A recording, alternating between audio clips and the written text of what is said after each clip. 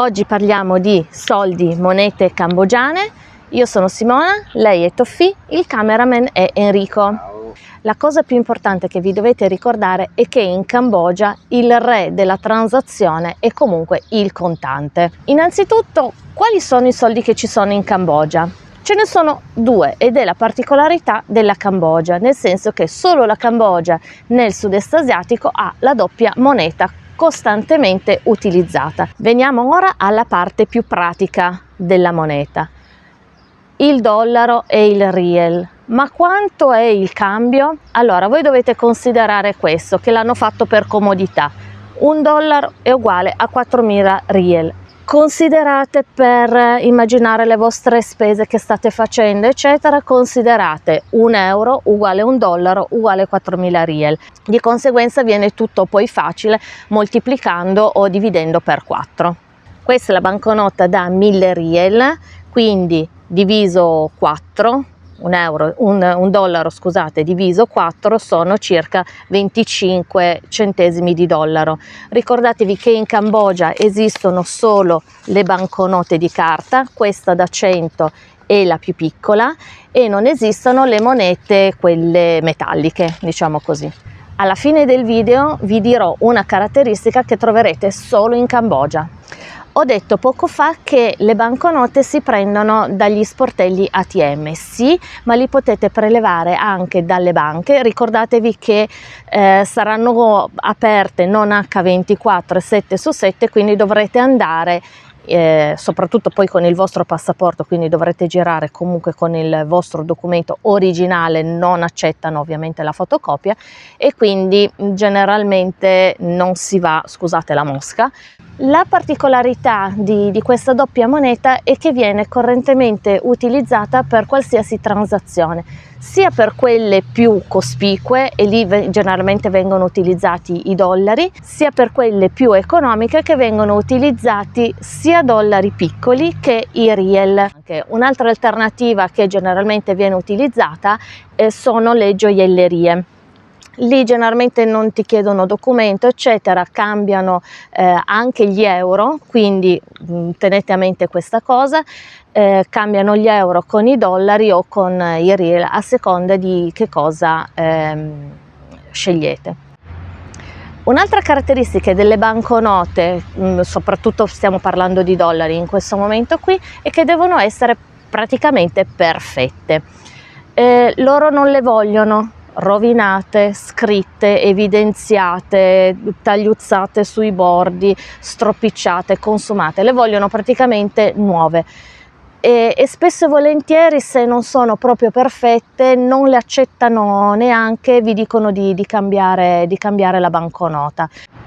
Mentre se tornate in Europa con i dollari che avete prelevato in Cambogia, anche qui, come loro là non accettano volentieri il dollaro europeo, qui in Europa generalmente non accettano il dollaro che troverete là, perché ha sempre dei codici diversi che loro in Europa non accettano. Infatti noi abbiamo dovuto tenere dei dollari, perché tanto comunque noi ci siamo andati tante volte, per le volte successive, perché qui nella banca non me li cambiavano in euro.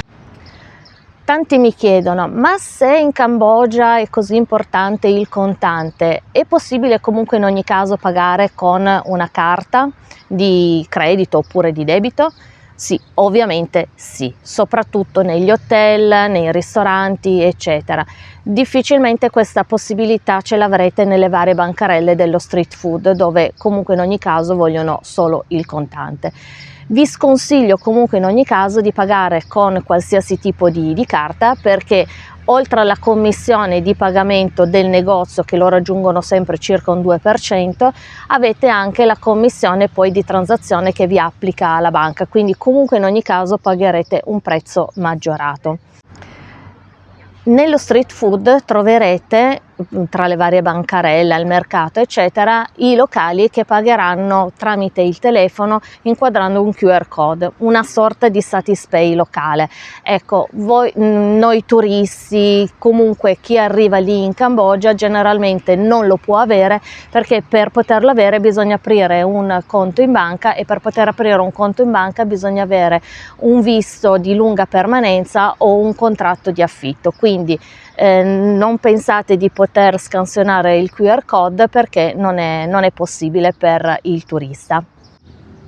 Ricordatevi che quando farete una qualsiasi transazione, che può essere ingente oppure molto economica, voi potete pagare voi potete pagare in dollari, ma loro spesso e volentieri vi daranno il resto in riel, quindi la matematica qui, ragazzi, deve essere proprio a portata di dita, ok? Perché loro lo fanno abitualmente, e questa è la cosa che destabilizza subito un pochino, ma tempo un paio di giorni, scusate la moto, tempo un paio di giorni entrerete nel mood del doppio pagamento, della doppia valuta, e sarà tutto molto molto più semplice.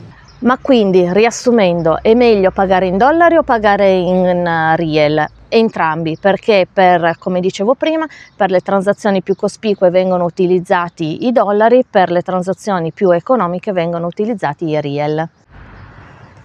La caratteristica che dicevo all'inizio, che troverete solo in Cambogia, è che qui non viene utilizzata la banconota da 2 dollari, perché capovolta sembrano esserci degli scheletri, e loro pensano che non sia di buon auspicio. Quindi non troverete in Cambogia la banconota da 2 dollari, bensì tutte le altre. Ciao, al prossimo video sugli affitti delle case. Ciao a tutti!